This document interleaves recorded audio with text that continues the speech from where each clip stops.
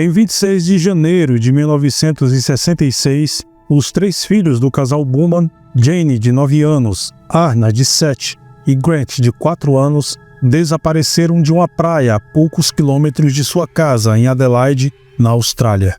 Eles nunca mais foram vistos e este caso se tornou um dos desaparecimentos mais famosos do mundo.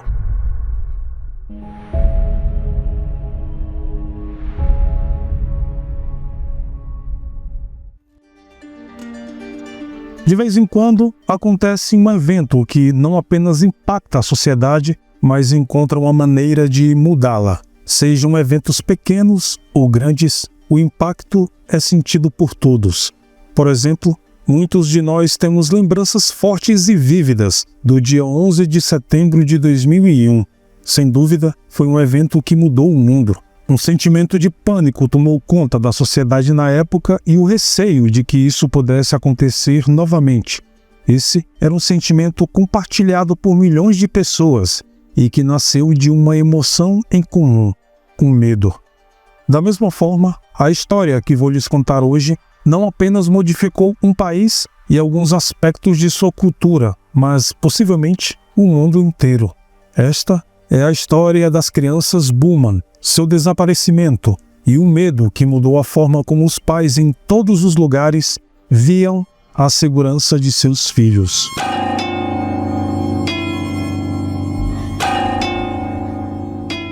Em 1966, a família Bowman vivia um estilo de vida muito idílico. Jim, o pai, era um vendedor de artigos de linho que viajava pelas redondezas para encontrar com seus clientes, e Nancy, a mãe, era uma dona de casa que cuidava dos 3 filhos do casal. Eles moravam em Adelaide há muito tempo e foi lá que resolveram construir sua família. Em setembro de 1956, veio a primeira filha do casal, Jane. 2 anos depois, eles deram as boas-vindas a outra menina, a quem chamaram de Arna, em novembro de 1958. E em julho de 1961, nasceu o último filho do casal, um menino chamado Grant. A família morava em uma pequena casa na Harding Street, número 109, nos subúrbios de Somerton. Se o nome Somerton soa familiar para você, pode ser porque este foi o local onde um homem desconhecido e não identificado foi encontrado em 1948, também conhecido como o caso Tamanshud. Mas este é um mistério para outro vídeo. É necessário dizer que a família Bowman estava vivendo um sonho. Eles moravam a poucos minutos da praia, em uma região conhecida por sua tranquilidade, e segundo todos os relatos, as coisas estavam indo bem para a família de 5 pessoas. Mas, sem conhecimento de nenhum deles, as coisas estavam prestes a piorar seriamente. Nas semanas que antecederam este trágico desaparecimento, as 3 crianças haviam se tornado parcialmente independentes. Tanto Jim quanto Nancy confiavam em sua filha mais velha, Jane, agora com 9 anos, para supervisionar os seus irmãos mais novos nas viagens que faziam com frequência à praia. Sempre que iam à praia, eles simplesmente faziam uma curta viagem de ônibus até lá e voltavam. Jim e Nancy não tinham nada com o que se preocupar. Adelaide era tão pacífica que nem mesmo assaltos ou acidentes aconteciam por lá, e quando se tratava da segurança de seus filhos, não havia nada a temer. Durante as férias de verão, quando as temperaturas subiam continuamente e chegavam até 40 graus Celsius, o casal não pensava 2 vezes quando se tratava de deixar os seus filhos irem à praia. Inclusive, isso estava se tornando uma coisa comum, quase que diária, e durante semanas, as 3 crianças viajavam várias vezes para a praia e voltavam antes do almoço, sem encontrar nenhum problema. Os irmãos Bowman eram de natureza bastante tímida e seus pais acreditavam que poderia ser bom para eles se socializarem fora do ambiente escolar, além de mantê-los ocupados durante as férias de verão. Na verdade, quando Nancy perguntou certa vez por que eles gostavam tanto de ir à praia, Arna disse que era porque Jane tinha um namorado lá. Na época, Nancy não deu muita importância ao comentário de Arna, afinal, era só uma brincadeira de uma criança de 7 anos. No dia 25 de janeiro, Jim Bowman decidiu acompanhar os filhos em uma dessas idas à praia, e de lá ele viajaria a trabalho.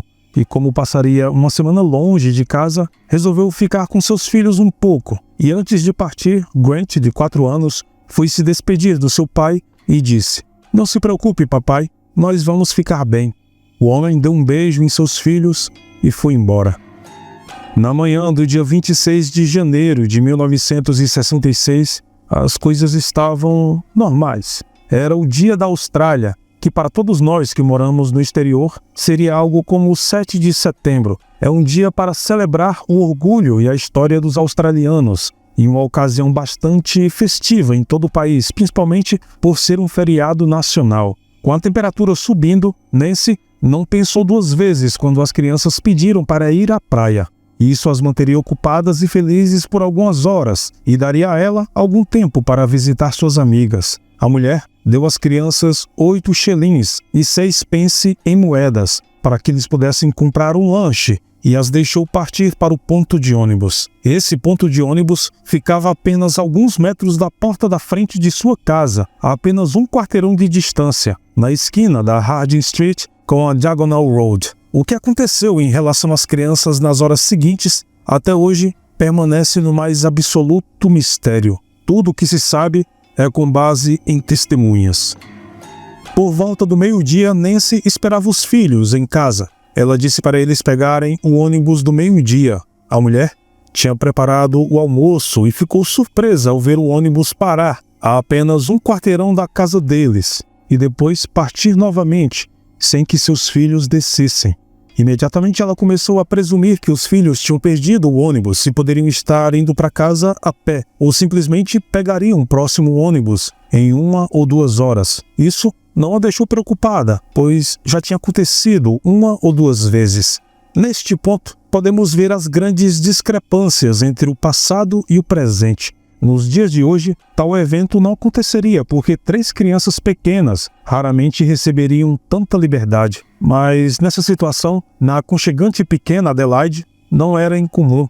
Como dito, Nancy estava em casa, esperando que seus filhos voltassem, e nas próximas horas, o ônibus ia e vinha, mas Jane, Arna e Grant nunca desceram. Enquanto isso, Jim Bowman, o pai das crianças, recebeu uma ligação de Nancy, que estava preocupado com as crianças, e como ele ainda não tinha saído de Adelaide, resolveu ir para casa, chegando por volta das 3 horas. Quando chegou, a preocupação tomou de conta. Os 2 partiram em direção à praia, tentando refazer os passos dos 3 filhos. Eles foram e voltaram várias vezes, por horas, procurando as crianças, mas infelizmente foi em vão.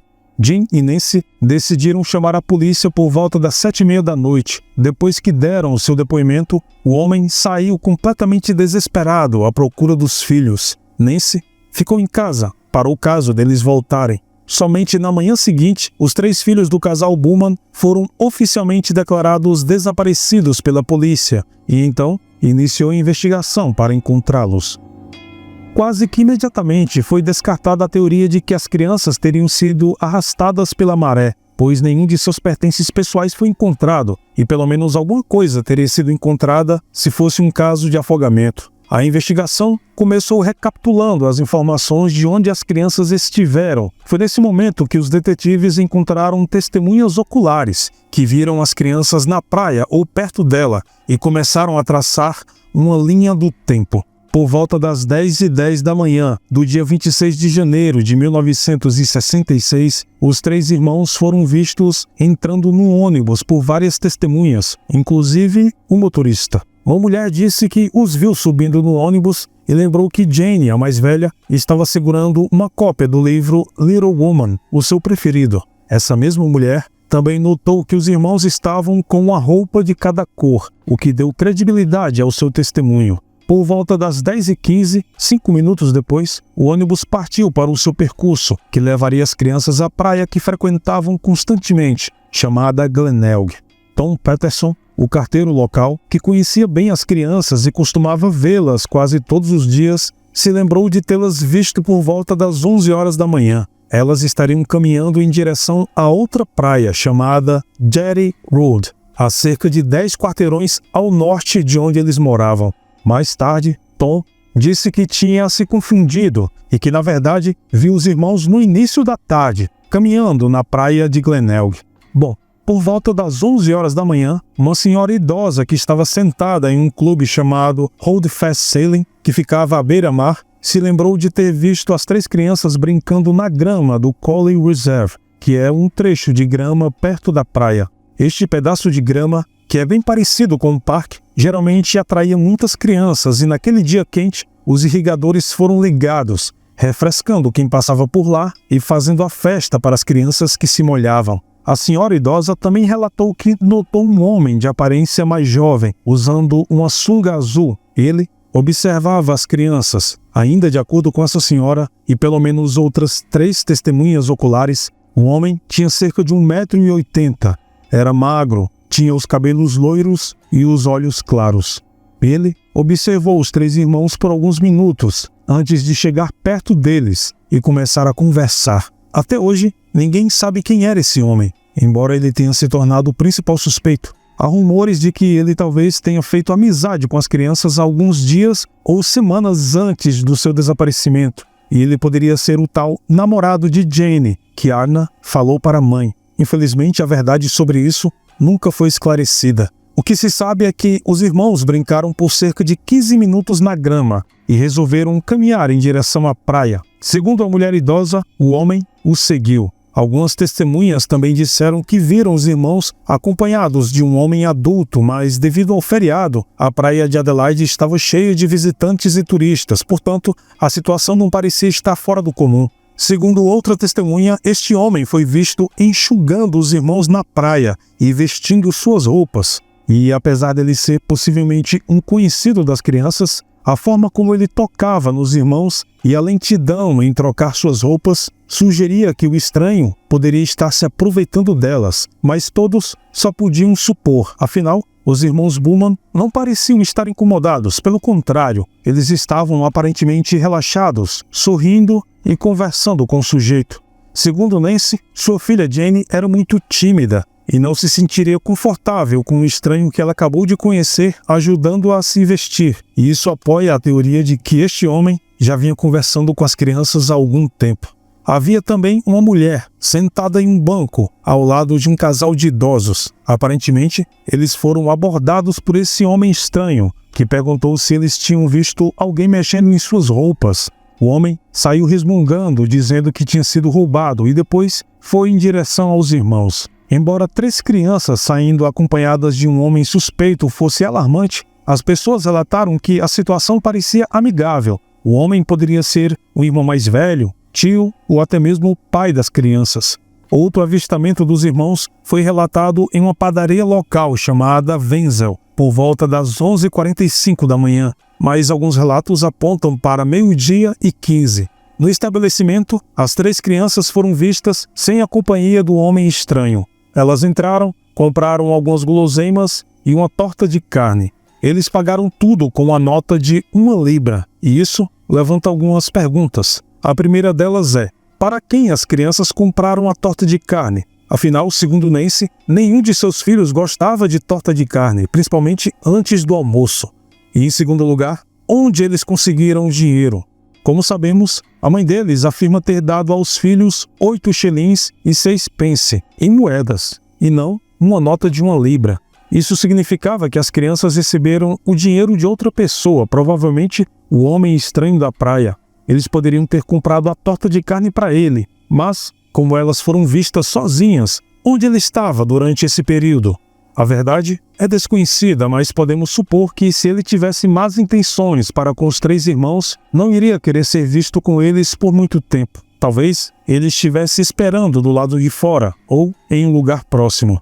Com o passar do tempo, 2 desses avistamentos que foram relatados chegaram a ser investigados intensamente pela polícia, mas eles simplesmente não foram levados em consideração, pois pareciam muito inconsistentes. O primeiro avistamento, feito por Tom Peterson, o carteiro local, que, como dito, falou que viu os irmãos no período da manhã e depois mudou de ideia, dizendo que os viu no início da tarde, levantou algumas suspeitas. Se ele realmente os viu à tarde, isso se encaixaria na narrativa dos demais depoimentos. As crianças poderiam ter perdido o ônibus e poderiam estar andando para casa a pé. No entanto, Tom realmente não tinha certeza. e isso colocaria o seu avistamento entre 11h45 da manhã e 3 horas da tarde, uma margem muito grande para se confundir. Com o passar dos anos, esse mesmo carteiro chegou a ser apontado como possível suspeito por alguns detetives amadores, que tentaram resolver este caso anos depois. Essa teoria é embasada pelo fato da inconsistência em seus depoimentos e também por um ponto fundamental. Como sabemos, as crianças foram para a praia em um feriado, o Dia da Austrália. Tom disse que estava trabalhando neste dia, mas conforme foi verificado na época, os correios não funcionavam naquele dia. Porém, como ele poderia se lembrar de ter visto as crianças durante sua rota de trabalho se ele não estava trabalhando? No entanto, Tom sempre passava pela mesma região que as crianças passavam quando iam ou voltavam da praia. Era comum eles se encontrarem, então ele simplesmente poderia ter confundido o dia que as viu e, na tentativa de ajudar nas investigações, acabou bagunçando a linha do tempo. Por fim, o carteiro nunca foi considerado um suspeito de fato, e eu não consegui encontrar nenhuma fonte que afirme que ele sequer chegou a ser investigado pela polícia, mas o seu testemunho foi descartado. O segundo avistamento descartado pela polícia foi feito por um turista vindo de Broken Hill, uma cidade ao norte de Adelaide. Ele estava aproveitando o feriado na praia de Glenelg, onde as crianças foram vistas pela última vez. O homem afirmou que viu 3 crianças que correspondiam às descrições dos irmãos Bowman.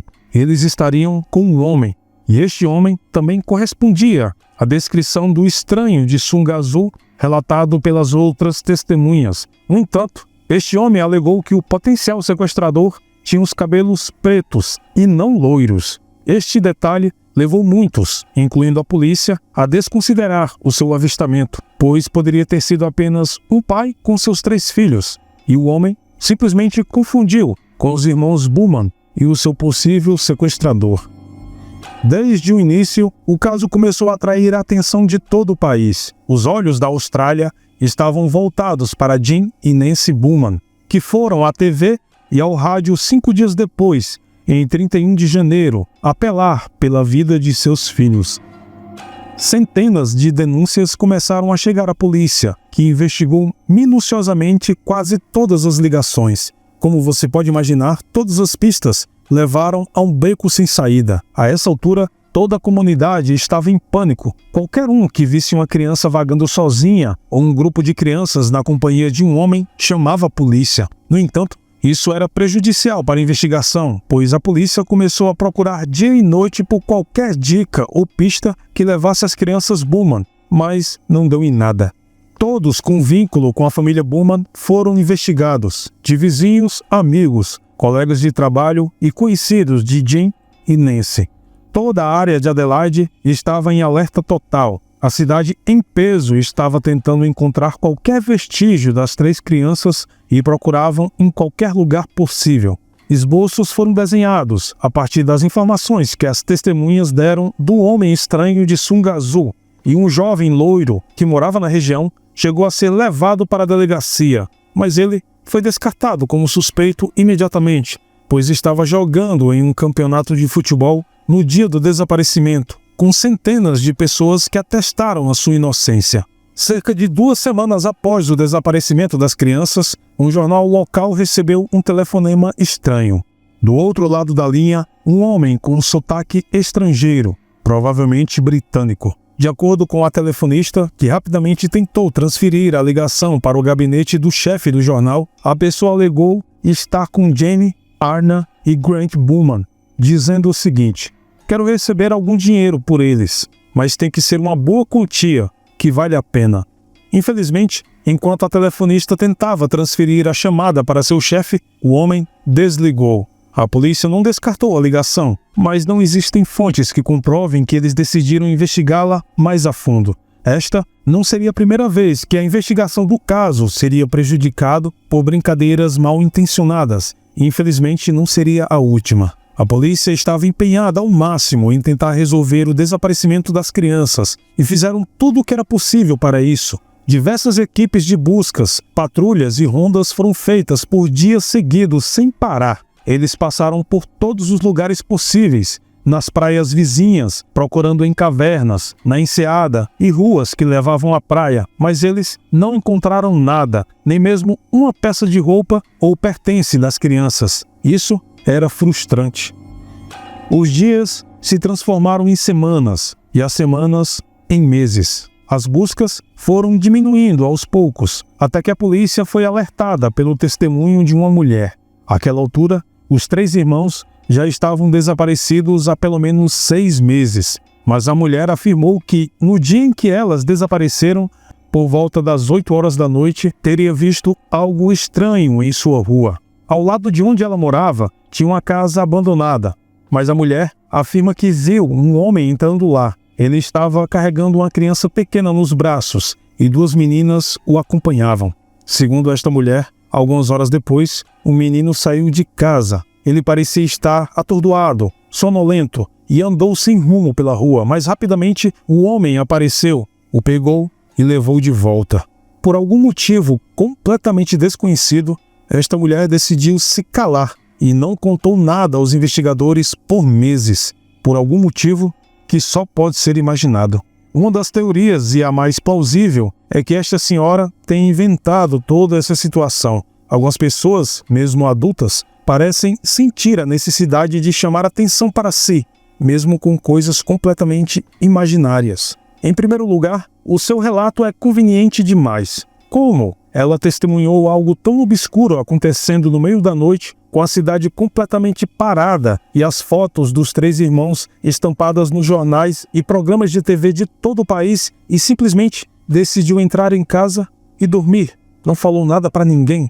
Se o que ela disse foi realmente verdade, então essa mulher é um ser humano completamente patético e apático da realidade que a cerca. Perdoe minha linguagem.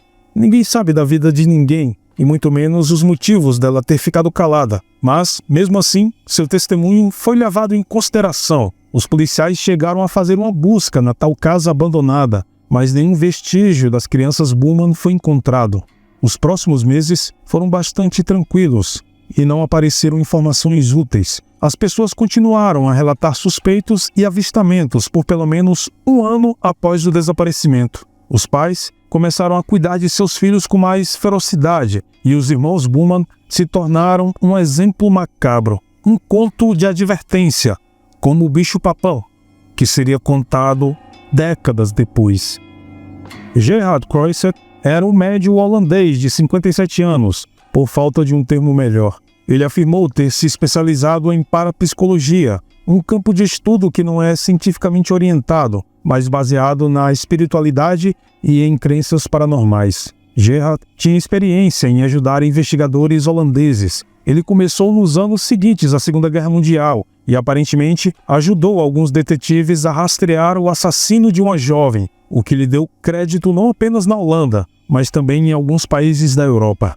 Em novembro de 1966, ele foi convidado para ir à Austrália, tendo sido contratado por um rico empresário, Con Politis, que estava interessado em resolver o caso das crianças Bowman. Quando chegou, a presença de Gerard atraiu novamente muita atenção da mídia local para o caso, mas talvez não de um jeito bom. O casal Bowman aparentemente não queria os serviços de Gerard, pois viam seus poderes paranormais como uma fraude. Apesar disso, sem surpresa, as pessoas estavam ansiosas para ouvir o que ele tinha a dizer. Isso começou a transformar o desaparecimento das crianças em um espetáculo público e trouxe a ideia do detetive psíquico para os holofotes mundiais. A polícia optou por não impedir ou mesmo apoiar os trabalhos de Gerard, pelos mesmos motivos que Jim e Nancy Bowman.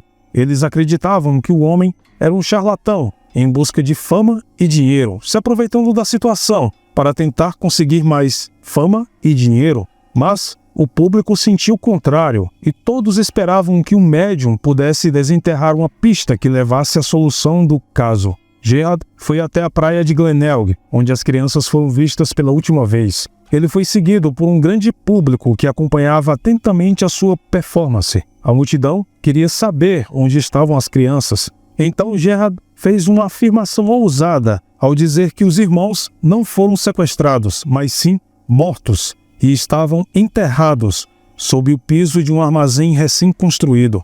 Ele também foi ousado o suficiente para proclamar que encontraria as crianças dentro de 2 dias no máximo. Eu tive uma visão de onde as crianças estavam. Vou caminhar até lá e tenho certeza que outra visão virá imediatamente. Tenho 90% de certeza de que encontrei o local exato onde os corpos das crianças serão encontrados. A polícia, que era completamente cética com relação a ele, não estava disposta a mobilizar uma grande quantidade de homens para quebrar o piso de um prédio particular com base no palpite de um médium. O público, no entanto, se reuniu e arrecadou mais de $40 mil para ressarcir o proprietário, e ele permitiu a escavação no piso de seu armazém. Chocando 0 pessoas, nenhum vestígio dos irmãos Bowman foi encontrado, nem mesmo um fragmento de evidência que levasse os detetives a acreditar que eles já tiveram lá alguma vez na vida. Gerard acabou deixando a Austrália completamente envergonhado e desmoralizado depois da sua curta e mal-sucedida visita. Apenas a título de curiosidade, 30 anos depois, em 1996, quando o desaparecimento das crianças Bowman ganhou uma rápida notoriedade em todo o mundo, o mesmo armazém estava para ser demolido e ele foi escavado novamente em busca dos corpos dos irmãos. Desta vez, a operação foi comandada pelo próprio Con Politis, o rico empresário que pagou a visita de Gerard da primeira vez. E mais uma vez, nenhum vestígio das crianças foi encontrado lá.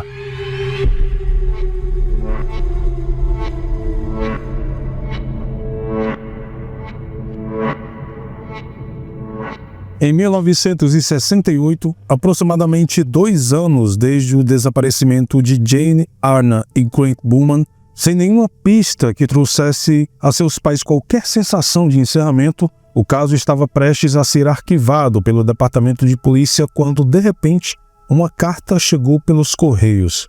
O carimbo postal era de Dandenong, um subúrbio de Melbourne, e a carta teria sido escrita pela própria Jane Bowman, que teria então 11 anos na época. Esta seria a primeira de 3 cartas, 2 delas escritas pelas próprias mãos de Jane.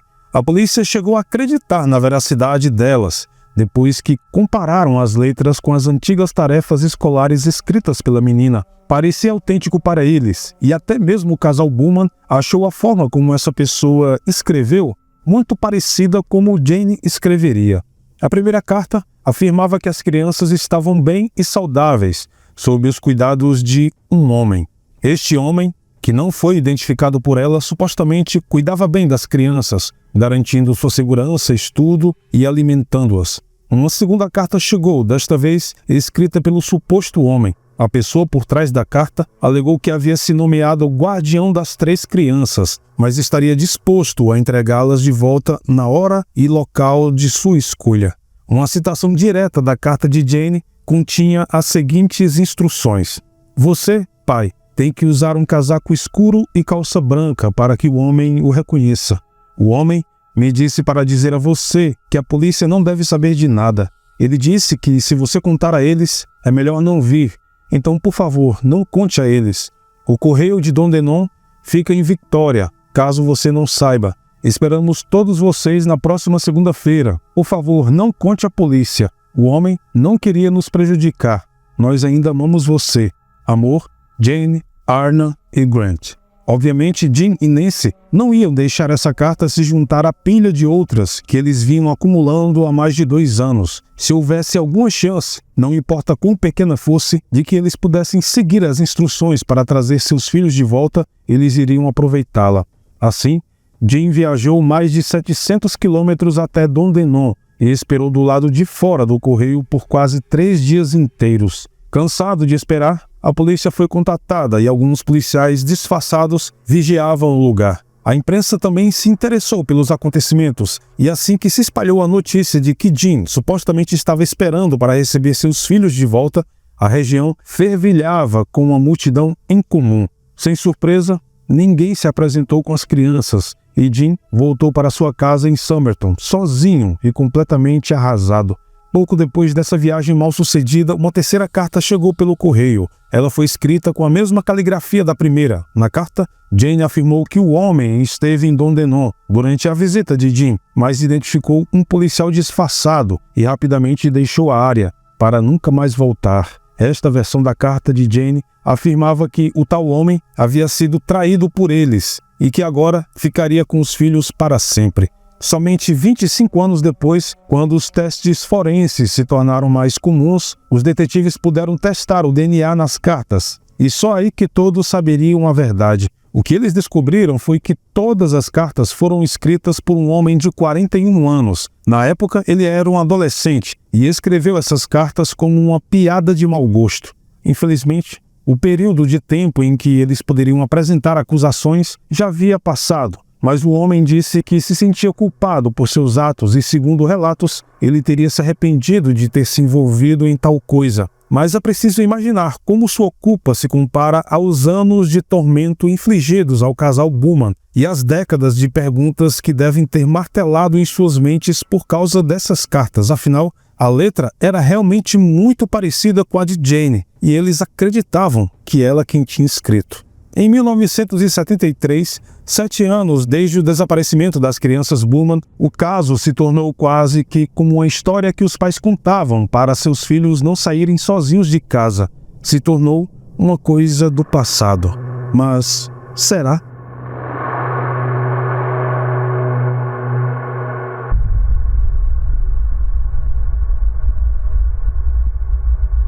No dia 25 de agosto de 1973, uma partida de futebol estava acontecendo no grande estádio de Adelaide. Em meio ao caos da partida em si e a 50 mil pessoas ao redor, duas famílias estavam sentadas uma ao lado da outra. Ambas as famílias se viam regularmente há meses, se não anos. Eles se conheciam e pode-se dizer que até se tornaram amigos. Entre eles estavam duas meninas, Joanne Ratcliffe, de 11 anos de idade, que assistia aos jogos todo fim de semana com seus pais, e Christy Gordon, de 4 anos, que mal tinha idade para entender o jogo, mas que foi ao estádio com os avós. Enquanto a partida acontecia, Joanne disse que precisava ir ao banheiro. Os pais a deixaram ir e a avó de Christy perguntou se ela poderia levar sua neta com ela. As duas foram e voltaram minutos depois, aparentemente ilesas, e tudo estava bem. A partida continuou e o rugido dos milhares de torcedores em torno das duas famílias abafou qualquer preocupação de estranhos. Cerca de meia hora após a primeira visita ao banheiro, Christy disse à avó que precisava usar o banheiro novamente. Joanne se ofereceu para levá-la e as duas saíram novamente por volta das 15h45.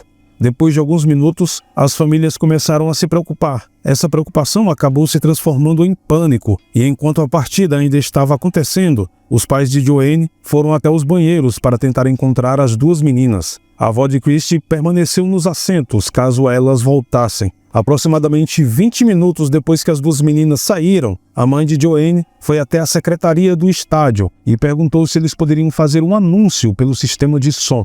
Infelizmente, esse pedido foi negado. O funcionário disse que tal anúncio não seria ouvido por causa do barulho da multidão, mas a senhora Ratcliffe sentiu que o homem simplesmente não queria que a partida fosse atrapalhada. Por cerca de 1 hora, o casal Ratcliffe vasculhou todos os cantos do estádio Adelaide Oval, procurando por sua filha Joanne e Christy.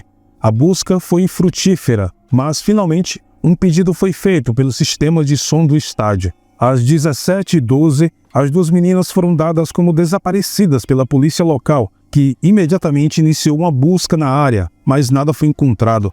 As informações recolhidas pela polícia horas depois foram alarmantes.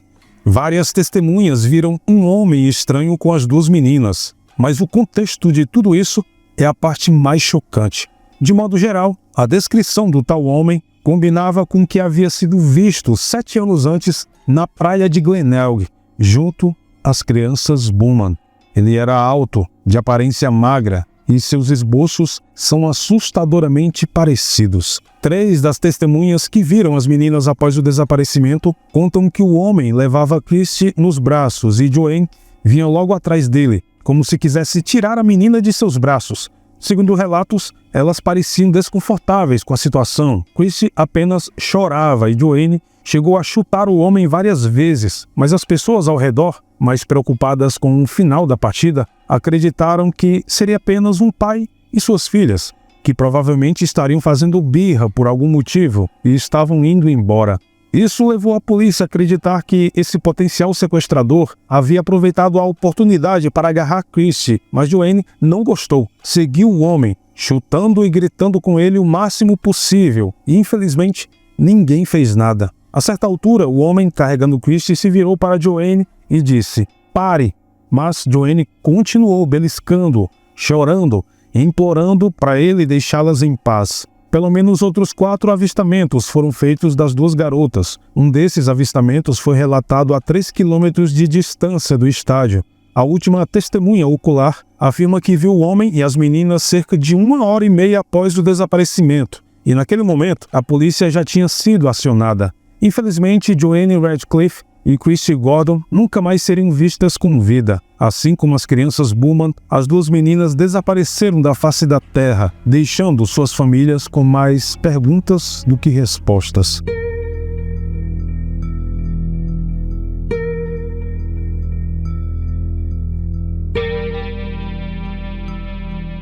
Anos se passaram sem nenhuma palavra sobre o caso Bowman ou o sequestro do estádio Adelaide Oval, que ficaram sem qualquer tipo de conclusão. Até onde sabemos, nenhuma testemunha confiável ou evidência valiosa seria descoberta durante as próximas décadas, e as coisas começariam a estagnar em ambas as investigações.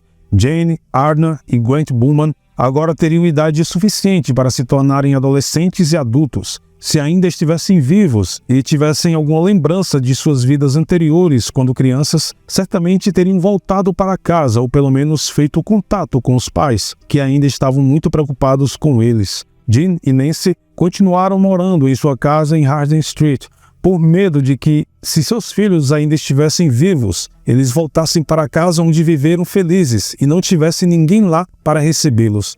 A impressão na palma da mão de Grant foi deixada em uma porta de vidro da cozinha, que Nancy se recusou a lavar por anos.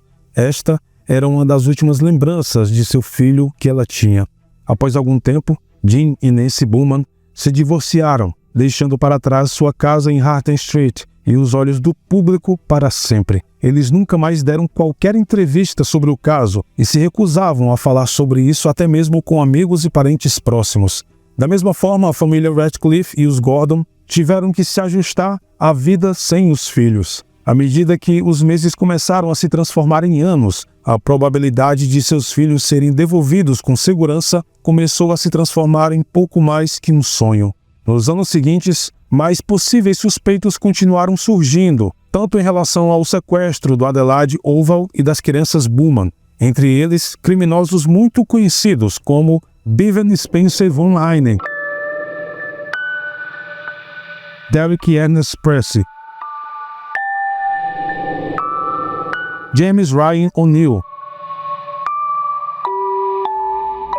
e Arthur Stanley Brown, todos com conexões em relação aos casos bastante tênues. Em 2013 foi publicado um livro intitulado The Setting Man, onde afirma que o rico empresário de Adelaide, Harry Phipps, era o responsável pelo sequestro dos irmãos Bowman. Isso foi baseado nas evidências de um filho dele e no testemunho de outros membros da família, mas, como sempre, a polícia descartou qualquer envolvimento do homem. Em 19 de janeiro de 2016, uma recompensa de $1 milhão ainda existia para qualquer pessoa que desse informação sobre o paradeiro das crianças Bowman, mas a polícia chegou à conclusão de que, se um suspeito pudesse ser identificado, isso já teria acontecido há muito tempo. Infelizmente, quaisquer possíveis suspeitos teriam agora de 70 a 100 anos de idade, o que significa que qualquer nova evidência provavelmente viria de uma confissão no leito de morte ou de familiares. Por enquanto, os destinos de Jane, Arna e Grant Bowman, junto com o das meninas Jane Radcliffe e Christie Gordon, permanecem sem solução.